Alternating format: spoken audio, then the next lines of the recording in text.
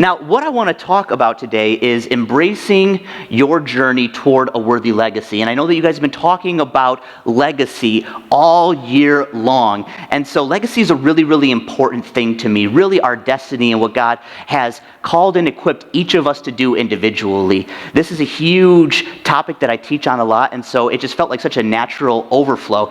And another thing, Sarah was just telling me as we were looking up and she saw the title of my message, she just said, oh, like we're living this right now. We are on our journey toward a worthy legacy. And like you're about to hear me say, it hasn't looked anything like we thought it would.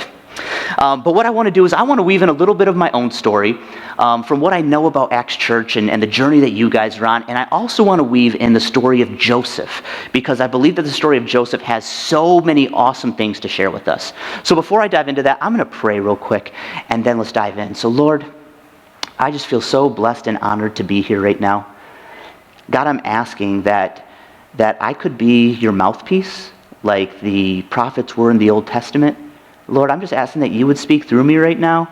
Any agenda, preconceived notion that I had, Lord, I'm asking that you would just kind of tear that from me and I could just speak your words. And Lord, I pray right now for everyone that's sitting here this morning, Lord, that you would be moving upon their hearts. Holy Spirit, I believe that you are here in this room right now. I'm asking, Lord, that you would destroy any distractions, any thoughts, Lord, that aren't according to your will, and that you would really open our hearts and our minds to hear your word. In Jesus' name, amen. So, a legacy. When we're considering a legacy, it's usually getting somewhere, we're there, and then we get to look back at what we've done. But I think it's really important that we recognize that a legacy starts out as a dream. And whether each of you know it or not, each one of you has a dream in your heart. Maybe you haven't realized it yet, maybe you haven't written it down on paper, but each and every person has a dream in their heart. And what that dream does is it ends up affecting your daily decisions. That's why I think one of the most important things to consider as we're talking about a worthy legacy is to be able to cultivate what does that dream look like. Because once we have that North Star, if you will, we can then have something that we're pursuing and we can say yes to some things and no to other things. It gives us that track on which to walk. Proverbs 29 verse 18 says, "Where there is no prophetic vision, the people cast off restraint. But blessed is he who keeps the law." We need prophetic vision for our life. I know that Cameron and his leadership team here provide prophetic vision for this church, but we each need it for our own individual callings as well. I was thinking about this morning, and an analogy that came into my head was a couple days ago, I went on a run with my dog. His name is Oakley. He is one of the best things that's happened to us all year long. He is just an amazing little guy. But we were on this run, and one of the first things that I did is I made sure to attach him to a leash. I have this little waist belt that I run with and attach him to a leash. Why did I do that? I needed something to restrain this little guy, because though he's amazing and usually very obedient, he also really, really loves people. And so if he was just running alongside of me and someone came across on a bike or were walking or something like that, he would run over into the other lane, full speed, probably tackle him, lick him to death, whatever he does. He just loves people. And so I needed to establish that restraint on him in order to accomplish what our vision was, which was to run about 5 miles. And so in order to be able to do that, he needed to have some restraints. And in the same way, all of us in our own lives, we need to be willing to put ourselves under certain restraints in order to be able to have that worthy legacy that we're all trying to achieve. Acts Church's dream, it's about average people making Jesus famous. Your goal is to see lost and hurting people healed and empowered to accomplish God's specific purpose for their life. That's the dream. That's the vision. Now, we step back and we say, okay, what sort of restraints do we need to put in to make sure that we're achieving that goal? Think of an Olympian. They compete. Let's think of a 100-meter dash. They compete for 10 seconds. And they put in 4 years of hard training, hard effort, waking up early, making sure that they're eating correctly, making sure that everything in their life is centered around focusing on these 10 seconds that they're going to race one day. Same thing for us. How are we restraining ourselves? How are we living now in order to fulfill that legacy in the future? My personal dream, I've got a number of them, but really, at the end of the day, and it's really the motto of this church, love God and love people. I want to be a man of that first and second commandment. I want to love Jesus with all my heart, soul, mind, and strength. And I want to love other people like myself. And there's a lot of different variables and things that God's put into my specific dream that'll be different from yours. But at the end of the day, I know that my guiding decision, everything that I choose to say yes to, everything that I choose to say no to, is based upon, is it something that causes me to love God and love people? That's how I make my decisions. That's the importance of a dream. Now to weave in Joseph. Joseph also had a dream. Now his dream's a little bit different than what I'm sharing, and sometimes people are given dreams sort of the same way that God gave me that dream about, you guys building a new building that was going to be across from a bar, and I called Cameron and told him. Sometimes he gives us dreams in the night that then affect our destiny, but a lot of times he'll just place it in your heart, and you'll just begin to know on the inside, this is what God's calling me to. And so Joseph, he had a different type. He had the dream that came when he was sleeping at night. Now, a little backstory on Joseph. Joseph was his father's favorite.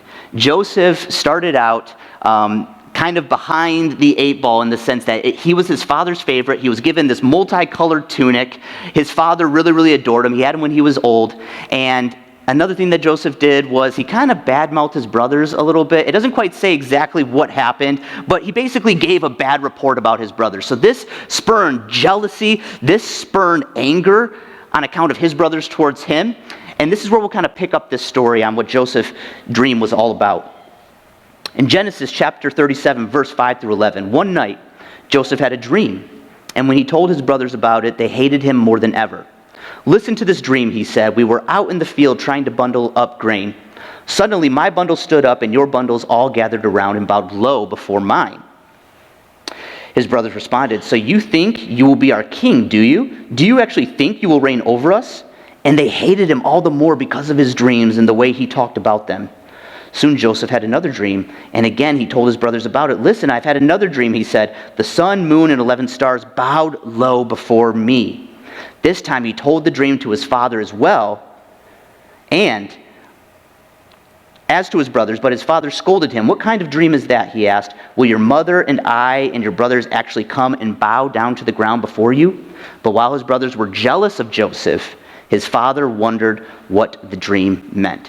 So a couple of points that I get from this, and like I said, this is a little bit different than the way that most of you will get your dream, your vision, what you want to accomplish as a legacy for your life. But first and foremost, we don't come up with our dreams.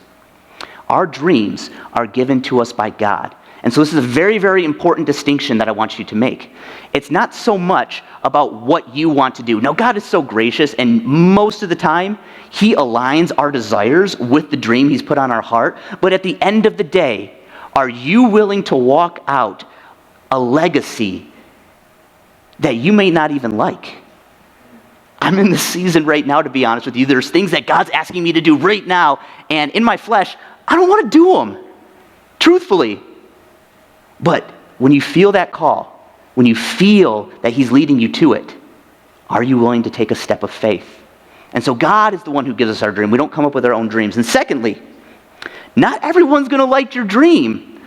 Joseph's brothers definitely did not like his dream. Now, the way Joseph went about this, I'm not going to lie, it felt a little bit prideful maybe, the way he went about it. It doesn't really give us the context. I would love to see the videotape in heaven one day to kind of see how this all really went down. So we might want to be a little careful about Joseph's part in this whole equation, but still, there are going to be things that you do that people do not like. When me and my family were called to India, there were plenty of people who told me, no, don't go. That's a bad idea. Why would you put you and your family at risk, in danger? Because we felt God calling us to it. So at the end of the day, we have to really draw our line in the sand. Who are we going to please? God or man? Galatians chapter 1 verse 10 says, for am I now seeking the approval of man or of God? Or am I trying to please man? If I were still trying to please man, I would not be a servant of Christ. Now, there's going to be plenty of times as you're walking out this legacy that it's going to look like it's in jeopardy. And I really want to take some time here just to go through the story of Joseph to highlight the ways that his legacy appeared to be in jeopardy multiple times. So first off, Joseph had this dream, told his brothers and father. Brothers weren't very happy about it. His father goes and sends him to his brothers who were out in the field pasturing a flock, and his dad basically wanted a report of how things were going. As he was going out there, Joseph's brothers saw him and they were like, we want to kill this guy. They actually wanted to murder their own brother. That's how jealous they were. Now what ended up happening is their brother Reuben talked him out of it, and actually the plan was, let's throw him in this pit that's over here. So he comes to him, it's exactly what they do. They throw him in a pit. Now as they're sitting there, Joseph's in the pit, there's these Midianite traders that come by, and they started to think, I guess they were sort of businessmen, man, we could just let our brother rot here and die, or we could make some money off this guy. And so what they did is for 20 pieces of silver, they sold their own brother, their flesh and blood, to these Midianite traders. These Midianite traders then take Joseph to Egypt. Now this can correspond to your story, because as you are walking out your own destiny, your legacy, there are going to be people that betray you. There are going to be people that intentionally try to keep you from fulfilling the vision that God has put on your heart. Next, Joseph arrives in Egypt. Potiphar, he is one of the Pharaoh's officers. He sees Joseph, ends up buying him, and notices how much of the Lord's favor is on Joseph. So what does he do? He puts him in charge, basically, of everything in his house. He gives him this great place of authority under him, but still, compared to everyone else, this great place of authority. Now, Joseph was a good-looking guy. He was handsome, and Potiphar's wife, she made many attempts at Joseph. Now, Joseph, he stood strong. He never gave in to that temptation to be with Potiphar's wife. But one day, he was all alone in the house, and Potiphar's wife comes to him, and she wants to be with him. She wants to lie with him. And so this is a beautiful thing when we're talking about sexual temptation for guys, a great strategy. He ran. He just got out of Dodge. He was like, if I hang out here, I know what's probably going to happen. I better bolt. And so he bolts. He goes so fast that he actually ends up leaving his garment in her hand. And what does she do? At this point, I think she probably realized this is never going to happen. I am going to basically lie. I'm going to sell Joseph out right now. So she goes to her husband Potiphar and says, you know, this Hebrew slave, he tried to lie with me. She lied completely. What ended up happening? Potiphar was furious. This is Genesis chapter 39, verse 19 through 20. He was furious when he heard his wife's story about how Joseph had treated her. So he took Joseph and threw him into the prison where the king's prisoners were held, and there he remained. You are going to be wrongly accused. You are going to be treated unfairly in your path towards fulfilling your destiny. These are things that are inevitable. They will happen. All right, so now we're in prison with Joseph. Pharaoh, he also was a little bit angry, and he ended up, not with Joseph's situation, but with his chief cupbearer and his chief baker, ends up throwing them into prison. And both of them end up having a dream.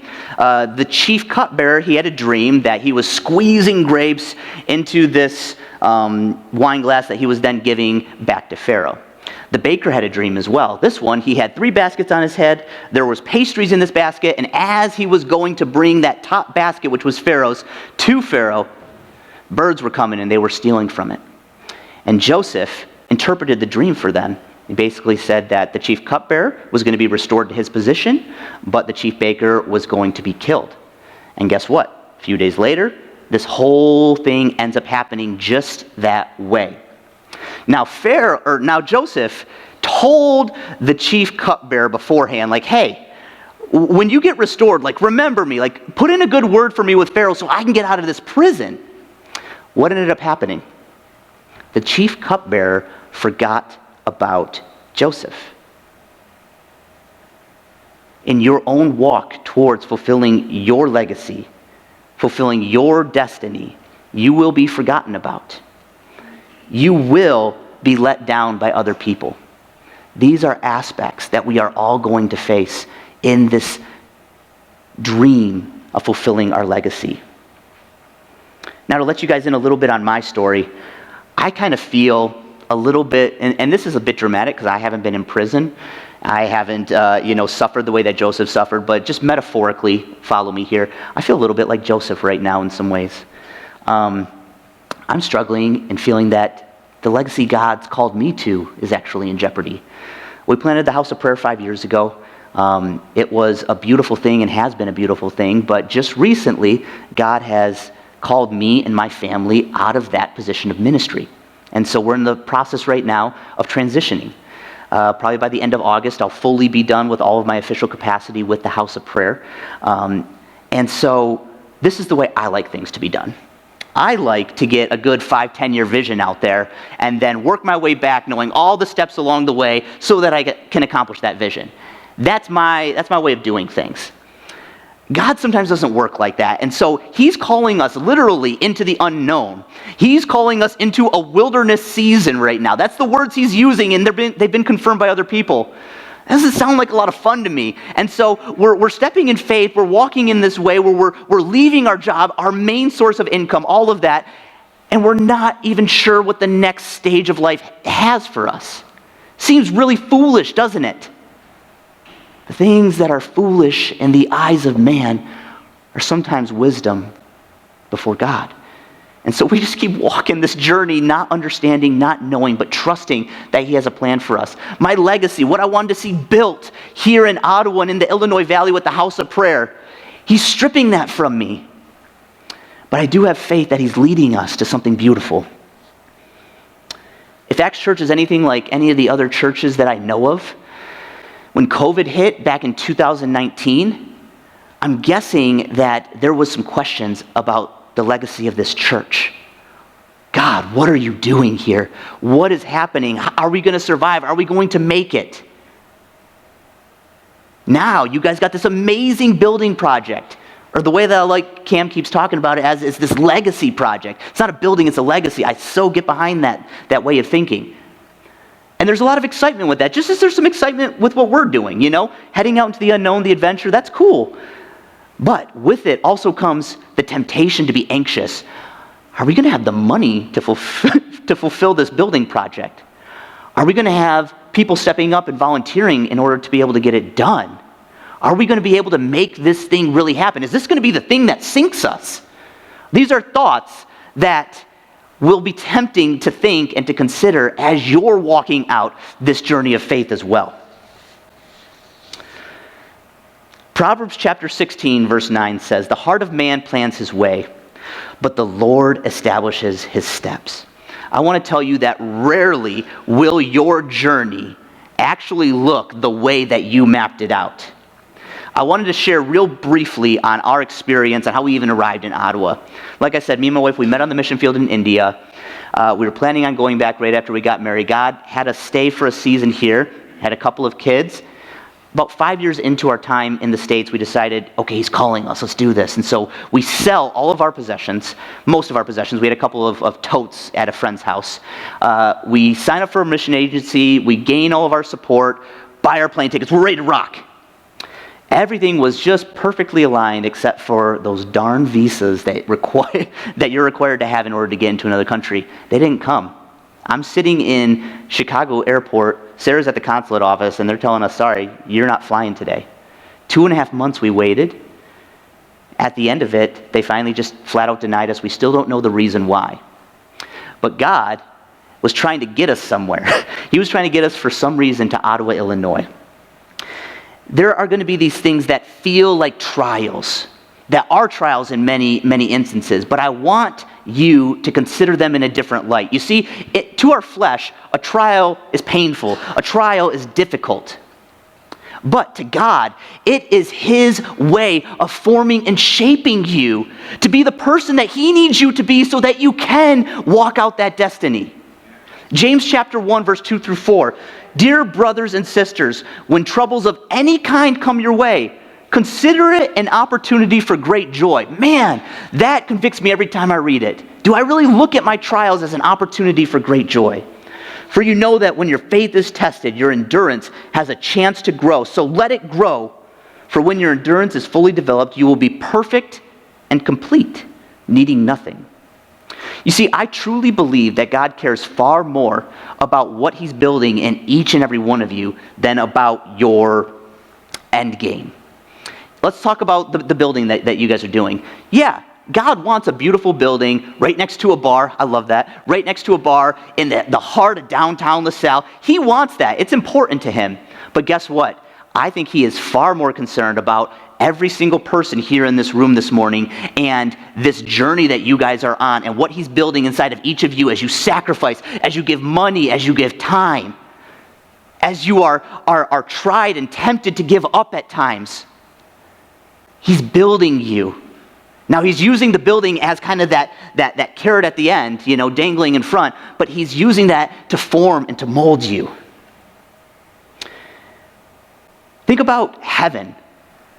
Think about the fact that really, I believe, one of the main primary reasons that we're on this earth is we are in a training camp for heaven. He is molding, shifting, doing things in our heart right now so that we will be prepared to walk with him in paradise. Now, God, often along the way, and I have a lot of experience as I just shared, he likes to shift directions. And so he gives us this vision. For us, it was India. And then along the way, he sometimes changes course. Why does he do this? I think in terms of efficiency. I'm a time management productivity guy. I was listening to a podcast about the other day. I'm a whole productivity nerd, all right? So I'm thinking efficiency. The most efficient way that I feel like God can really use me is give me that vision, get out of the way. I'm running. I'm going to make that thing happen for you, Jesus. And I just got this straight and narrow focus towards fulfilling that. But see, God's not so concerned. He's omnipotent. He's omniscient. He has all the power in the world. He can make that vision happen whenever he wants, however he wants. He's not formulaic. You see, I like to have formulas. God, if I do A and then I do B, I'm always going to get C. That's not how God works. Why? Because he loves you. Because he wants relationship with you. You see, if I have this vision and I just pursue it straight on without needing God, there's no reason for the Holy Spirit to be in me. But oftentimes he's going to put little roadblocks in the way. He's going to divert you, detour you in these different ways because he loves you and because he wants you in that constant communication with him so you know when he's detouring, so you know when he's deviating, and you can follow him. Here's the thing. Are you going to be willing to make that detour? Are you going to be so set in stone that, no, this was the vision from the start, this is the way it's got to be? God wants to walk this with you. He is not a set it and forget it God. He's a create it and mold it type of God. He is creating things and molding you in that process to get you to where he wants you to be for that worthy legacy, but it's not always going to look the way that you think. Little side note, but really important. The attitude which you have as you are walking this out is extremely important to him. I think almost just as important as your obedience in walking it out. How are you responding when the next thing that God is asking you to do feels challenging, feels like something you don't want to do?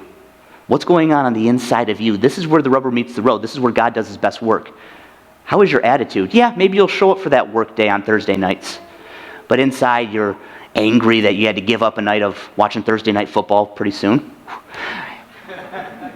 Maybe you're upset that you don't feel like anyone's really noticing you or paying attention to you. What's going on in your heart when you're being obedient, when you're walking in those ways? That, my friends, is really where the real work is done. Now, this is really tough for our generation, specifically mine and the one coming after mine, to understand, because we live in a microwave generation. We want it to happen, and we want it to happen yesterday. That is the way that we live, with Instagram, instant Instagram celebrities, get-rich-quick schemes, all of that. That is in the forefront of our mind as we're pursuing things. But I'm telling you, a legacy is not built overnight. I've struggled myself with particular habits and hang-ups. I've been to some 12-step meetings regarding those habits and hang-ups. And I remember feeling with some of the people that were sharing who had been in the program for 20, 30 years and had 20 or 30 years of sobriety, I remember feeling, I want that. But guess what? I wanted it now. I just wanted to have the 20 years of sobriety now, have it be done and over with, all my problems solved, I'm good to go. It's not how it works. There's a slogan in the 12 steps, one day at a time. Are we willing to be faithful one day at a time to get to that place of fulfilling our legacy? You see, we've dramatically lost the joy of the journey. We just want to arrive at the destination. But I'm telling you, the destination is brief. It's beautiful. It's exciting. When you guys cut the tape or whatever you do for that building, it's going to be an amazing celebration. But guess what? That's going to be one Sunday. How many years, months, hours, dollars are you going to put in to having that become a reality? Your faithfulness in doing that is what's going to lead to that celebration Sunday when you're going to be able to open up the doors for the first time. Now, I believe that the only legacy worth pursuing is an eternal legacy.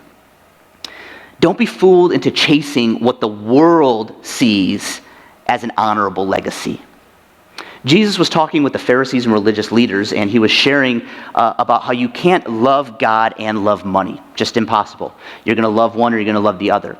And then this is what he says to the Pharisees. In Luke chapter 16, verse 14 and 15. The Pharisees who dearly loved their money heard all of this and scoffed at him. Then he said to them, "You like to appear righteous in public, but God knows your hearts. What this world honors is detestable in the sight of God." What type of a legacy are you trying to fulfill? A legacy that will give you honor in this world, praise in this world, or a legacy that's going to last for all eternity? You see, the challenge of pursuing an eternal legacy is that you are going to have to sacrifice and give up so many things in the here and now for something that you can't see, really. You see, I like woodworking. And so as I'm woodworking, as I'm doing a project or whatever, I get to step back every so often and see the progress of that project. And there's this sense of fulfillment. There is a visible reward. But guess what? Even the best woodworking project that I ever have done, one day it's going up in flames. It's gone. It's over. It's temporal. But let's take something else, like prayer. I've prayed for certain things for a long time and seen very little happen. Other things, God's immediately acted. It's invisible, but guess what? It's eternal. Those prayers are going to live forever. I think about the way that we raise our kids. Man, day in, day out, the struggle of trying to be a good parent, saying no to this, saying yes to that, telling them why, all of these things. We don't always just get to see our kid automatically just become this amazing, respectable, honorable person. No, it's invisible often, but guess what? It's affecting their eternal destiny. You see, 2 Corinthians chapter 4, verse 17 and 18 says that our present troubles are small and won't last very long, yet they produce for us a glory that vastly outweighs them and will last forever. So we don't look at the troubles we can see now. Rather, we fix our gaze on things that cannot be seen. For the things we see now will soon be gone, but the things we cannot see will last forever. You and I, in this world that we live in that seems and feels so important to us today, it's but a vapor. It's here today, it's gone tomorrow. Now, at some point, someone might say, okay, well, what the heck? What are we even doing any of this for then? No. Don't mishear me here.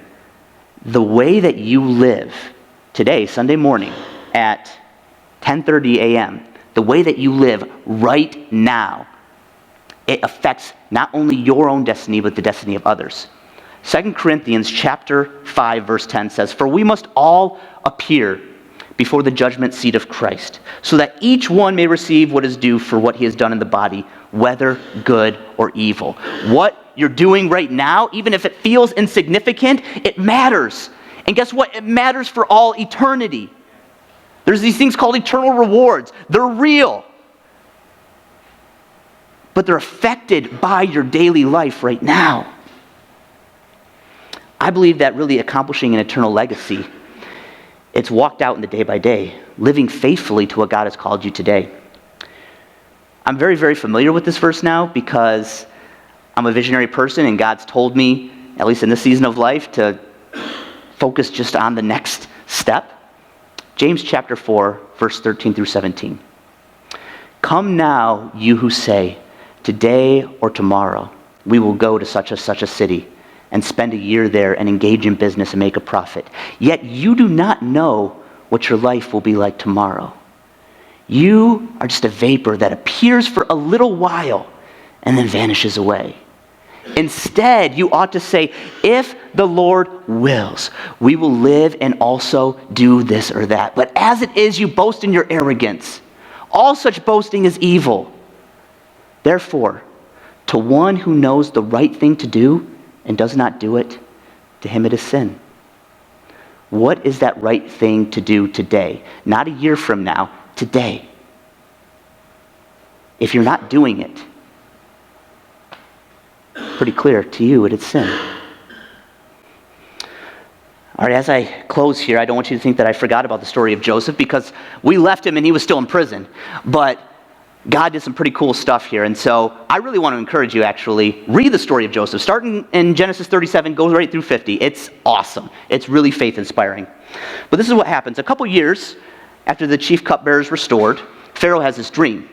He has this dream of 7 scrawny cows eating 7 fat cows, and 7 shriveled ears of corn swallowing up 7 full and plump ears of corn. None of his magicians, nobody there could really interpret the dream for him. And so the cupbearer goes, oh man, I made a boo-boo, Pharaoh.